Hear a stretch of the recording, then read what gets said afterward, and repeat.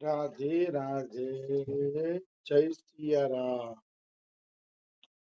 આપણે શ્રી શ્રી મહામણીનું ચરિત્ર ચાલે છે. મહામણીના ચરિત્રમાં આગળ વધીએ તો મહામણીની દીક્ષા જગત બંધુ મૈત્ર પાસેથી થાય છે. અને આ જગત બંધુ મૈત્ર વિજય કૃષ્ણ ગોસ્વામીના જમાઈ થતા. એમની પાસેથી માએ દીક્ષા લીધી. જ્યારે મહામણીએ દીક્ષા લીધી ત્યારે એની ઉંમર 30 વર્ષની હતી મહામણીની. અને એને 30 વર્ષ સુધી સાધના કરી 36 વર્ષ સુધી. એમના પતિ એમની સાધનામાં સહાયક હતા. મતલબ પતિ અનુકૂળ હતા, એટલે કઈ બહુ ચિંતા જેવું હતું નહીં. પતિ એને સાધનામાં સહાયતા કરતા. ગુરુદેવના આદેશ અનુસાર એ નિત્ય નિયમપૂર્વક પ્રાતઃકાળ 3 વાગ્યાથી 6 વાગ્યા સુધી એક આસનમાં બેસીને ભજન કરતા. એક આસનમાં બેસતા 3 કલાક, 3 થી 6 તો એમણે ભજન જ કરવાનું. એટલે 3 થી 6 એક આસનમાં બેસીને પોતે ભજન કરતા. અને આખો દિવસ નાના મોટા સાંસારિક કર્મ કરતા. અને કર્મ કરતા કરતા પણ ભગવાનનું નામ રટતા રહેતા. પોતે ગ્રહસ્થ હતા એટલે થોડા કામ તો હોય ને સંસારી. તો સવારે 3 કલાક પહેલા તગડું ભજન કરી લઈએ અને પછી ઘરના કામમાં પરોવાઈ જાય. તો જો આ એક આદર્શ સંતની આદર્શ રીત છે કે ઘરના કામ કરો, એમાં કોઈ મનાઈ નથી. કર્તવ્ય કર્મ તો માણસને કરવા જ પડે. ભગવાને પેટ આપ્યું છે તો વેઠ તો કરવી પડે ને. એટલે કર્તવ્ય કર્મ કરવાની ક્યાંય મનાઈ નથી. પણ એટલું જરૂર છે કે એ કરતા કરતા પણ પ્રભુની સ્મૃતિ ભૂલાવી જોઈએ નહીં. ભગવાન યાદ તમને આવવા જોઈએ. બસ મૂળ વાત આટલી છે. પ્રભુની સ્મૃતિ ભૂલવી ને એ મનુષ્ય માટે મોટી દુઃખદ ઘટના છે. બાકી કર્મ કરવું એ કોઈ દુઃખદ નથી. કર્મ કરવાની કોઈ શાસ્ત્ર મનાઈ કરતું નથી.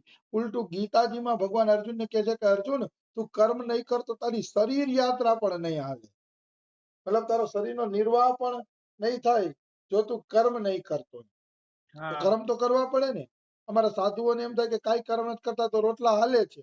તો ભગવાને કેમ કીધું અર્જુનને કે તારે કર્મ કરવું પડશે ને તારી શરીર યાત્રા નહીં હાલે. તો એનો જવાબ ઈ છે કે ભાઈ સાધુને કર્મ કરવું પડે છે. ભજનનું કર્મ. ઈ સત્સંગ કરશે, માળા કરશે, ઠાકુર સેવા કરશે, પૂજા પાઠ કરશે. ઈ કર્મ કરશે તો ભગવાન રોટલો હલાવશે. સાધુ સંતોનો રોટલો હાલે છે, સામેથી બધા પૈસા દઈ જાય છે, આશ્રમ હાલે છે, એમાં સેવાઓ હાલે છે. તેનું કારણ શું છે? સાધુ ભજનનું કર્મ કરે છે. કર્મ તો એને કરવાનું છે. ચાલો સાંસારિક કર્મ ન કરે તો કાંઈ નહીં, પણ ભજન એને કરવું પડશે. ત્યારે જ એની શરીર યાત્રા હાલશે.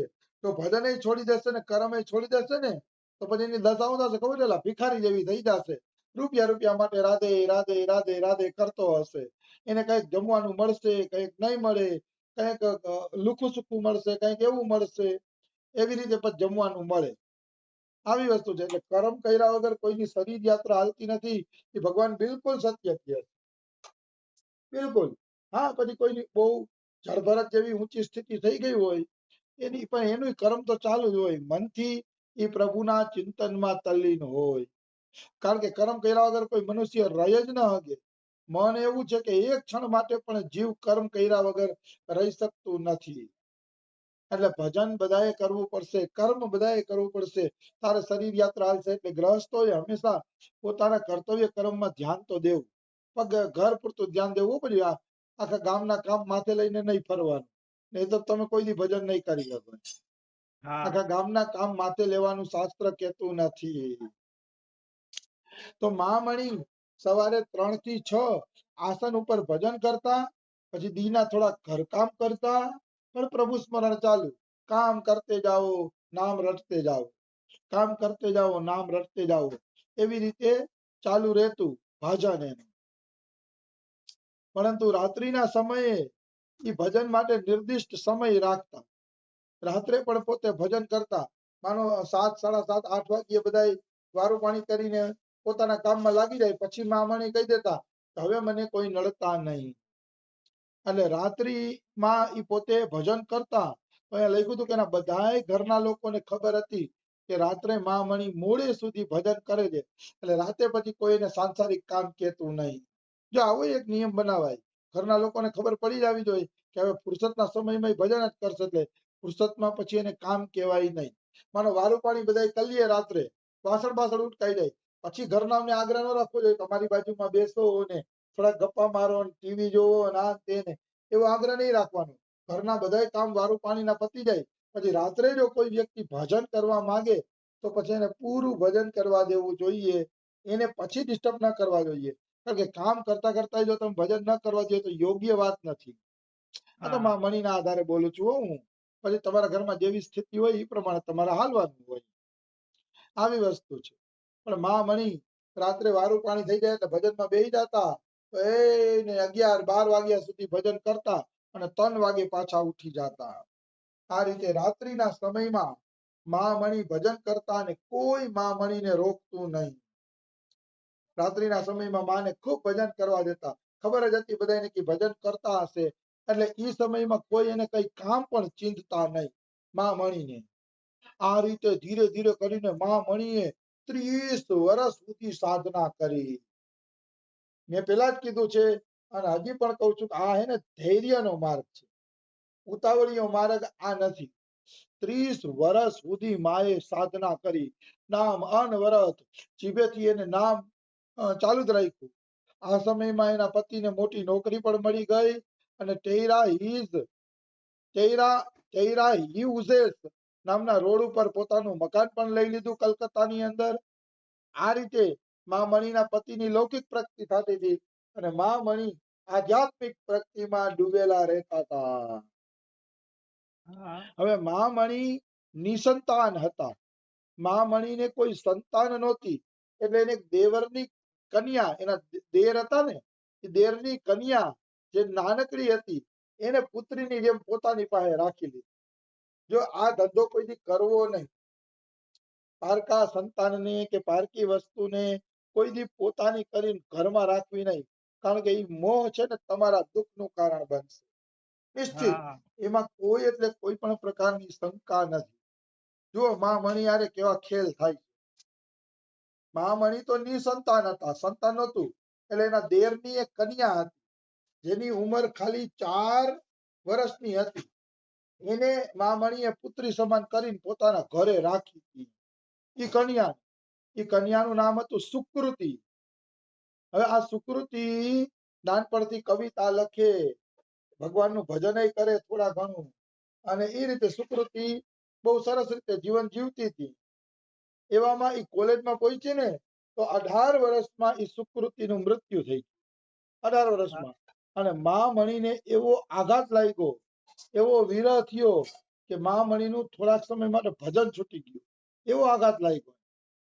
પછી એને ગુરુજીને પ્રાર્થના કરી કે ગુરુજી, આ છોકરી મારી પોતાની નહોતી, મારા દેરની હતી, પણ એનો આઘાત મને ભજનમાંથી હટાડી દે છે, મારે શું કરવું? કે છે કે મારી ઉપર કૃપા કરો. ત્યારે એને કીધું કે હું કૃપા તો કરું છું કે, પણ હવેથી ક્યારેય પરાઈ વસ્તુ કે પરાઈ વ્યક્તિની અંદર મોહ કરવાની કોશિશ કરતા નહીં. આવી રીતે ગુરુજી કહે છે. કહેવાનો ભાવ શું છે કે ખોટી ખોટી પરાઈ વસ્તુને ઘરમાં રાખીને મોહ કરવું ને, એ આ ઘરના સભ્યો હોય અને મોહ થઈ જતો હોય તો વાત અલગ છે કે ચાલો એ તો ઘરના સભ્યો છે, એને ક્યાં આપણે નાખવા જવાય. પણ પારકી વસ્તુ જે આપણી છે જ નહીં એને પોતાની માનીને મોહ કરવો ને બુદ્ધિમાનીનું કામ નથી.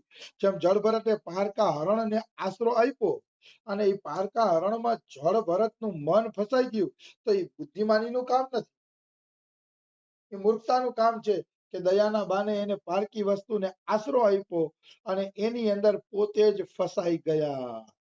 તો આ બુદ્ધિમાનીનું કામ છે નહીં. આવી વસ્તુ છે, નિશ્ચિત બુદ્ધિમાનીનું કામ નથી, એમ કેવું હોય તો કહી શકાય. આવી વસ્તુ છે. તો મારો કહેવાનો ભાવ શું છે કહેવાનો ભાવ એ છે કે મા મણીએ પણ આ ભૂલ કરી હતી, પણ ગુરુદેવે બચાવી લીધા. આવી વસ્તુ છે. એટલે યાદ રાખો કે મોહ કોઈમાં ન કરવો, પ્રેમ કરી શકાય. નાનું બાળક હોય તો એને પ્રેમ કરો, ભૂખ્યું હોય તો જમાડો ભગવાન માનીને.